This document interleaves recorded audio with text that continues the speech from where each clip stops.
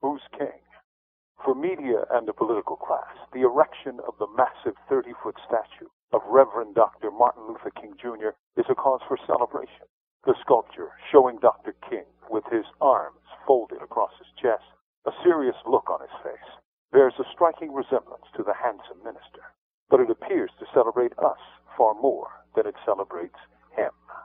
The sepia-toned rock memorial, much like the media coverage, celebrates the King of August 28, 1963, the March on Washington King, the I Have a Dream King, and none other. That is the king that the media, the politicians, and the elites want you to see, to remember, and to celebrate. They want you to remember a man frozen in time, in 1963, ignoring that he lived 5 whole more years. And like most men, he grew, developed, and changed. In many ways, King was changed by the times, the anti-Vietnam War movement, and yes, the Black Freedom movement.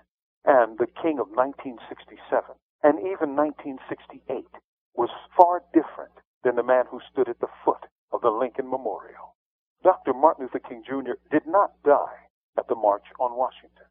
He lived to become the man who, a year before his assassination, spoke at Riverside Church in New York City, where he decried racism, militarism, and rapacious capitalism.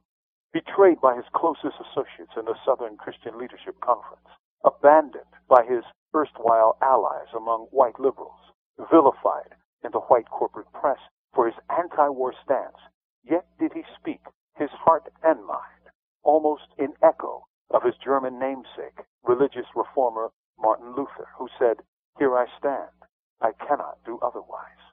If he were alive today, he'd be 82 years old, and he would look at the corporate shills, the war makers, the political class that wages war on the poor, and organize a protest.